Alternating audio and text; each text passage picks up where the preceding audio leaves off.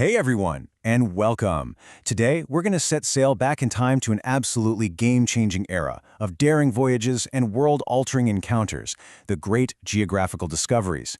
You know, this was a time that didn't just add a few new lines to the map, it completely redrew our understanding of the planet itself. So you have to ask yourself, what was it about the 15th and 16th centuries that kicked off such a massive, irreversible change for literally all of humanity? What was the spark that lit the fire? So what really lit the fuse for this explosive age of discovery? Well, it wasn't just some casual thirst for adventure. Nope. To really get it, you've got to look at the intense pressures that were building up in Europe. This was about survival, about raw ambition, and a desperate, desperate need for a new way forward. Okay, so take a look at this. This right here represents the Old World. For centuries, if you were in Europe and wanted the treasures of the East, we're talking spices like pepper and cloves or fancy silks, you had to rely on the famous Silk Roads. But here's the deal. Those overland routes were painfully slow, incredibly expensive, and totally controlled by powerful middlemen who took a huge cut at every single stop. All of this basically created the perfect storm. First, you had the economic pressure. The demand for spices was just skyrocketing in Europe. But at the same time, the Ottoman Empire was effectively slamming the door on the traditional trade routes.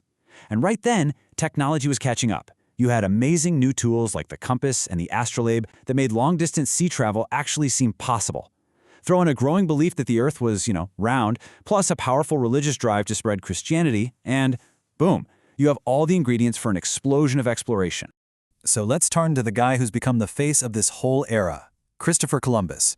See, he didn't just want to find a new route. He proposed a totally radical one, a path that literally nobody had dared to take before. And this map really shows you the incredible gamble he was taking.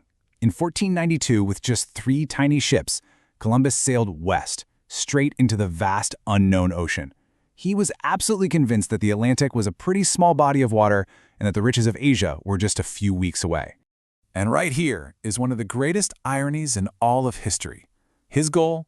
Asia, a shortcut to the east. The result? He bumps into an entire hemisphere that Europeans had no idea even existed. But get this, Columbus himself would go to his grave insisting he had reached the outskirts of Asia, which is why he called the native people Indians. But this story is so much bigger than just one man. Columbus's voyage basically opened the floodgates. A whole wave of other explorers followed right after him, and each one added a crucial piece to the puzzle of this mysterious new world. Okay, next up is Amerigo Vespucci. And this is where the picture really starts to clear up. You could almost say that while Columbus found the land, it was Vespucci who discovered the idea. Through his voyages and his super popular letters, he was the one who made the convincing case that this wasn't Asia at all, but an entirely new continent. And for that incredible insight, 2 whole continents now carry his name, America.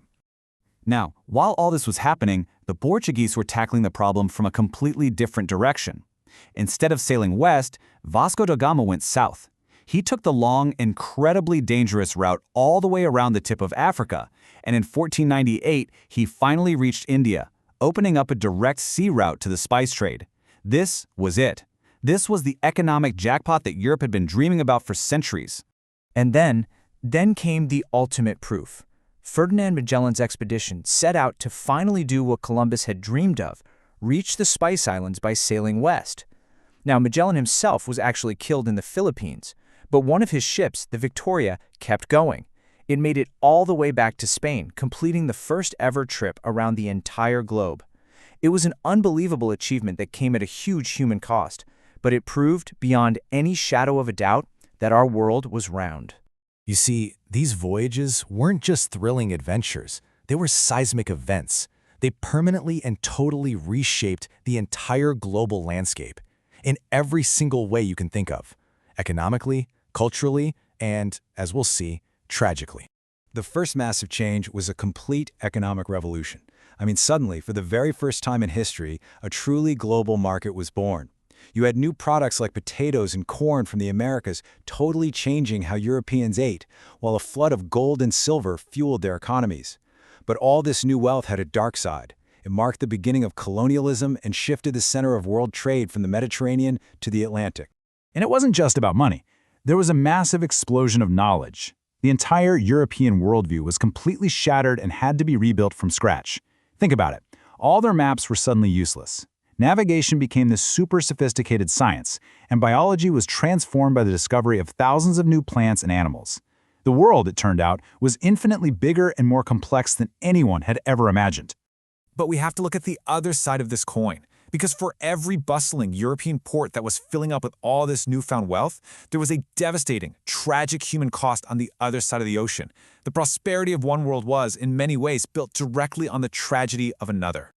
For the indigenous peoples of the Americas, the impact was nothing short of catastrophic. European diseases like smallpox, which they had zero immunity to, just ripped through the population, causing a demographic collapse that killed millions upon millions of people. Entire incredible civilizations, like the Aztec and Inca empires, were conquered and completely dismantled. And in their place, Europeans established brutal systems of forced labor and, eventually, the transatlantic slave trade, all to extract the wealth of this so-called New World. You know, this quote from our source material really just nails the profound duality of this entire era. What was seen as an age of incredible progress and opportunity from one perspective was an age of invasion, disease, and total catastrophe from another. And so that leaves us with a really tough question, right? How do we look back on the Age of Discovery today? Was it a testament to human courage and curiosity that connected the world for the first time? Or was it the beginning of a brutal period of conquest and exploitation that we're still dealing with? The truth, of course, is that it was both. And its incredibly complex legacy is something we are all still grappling with today.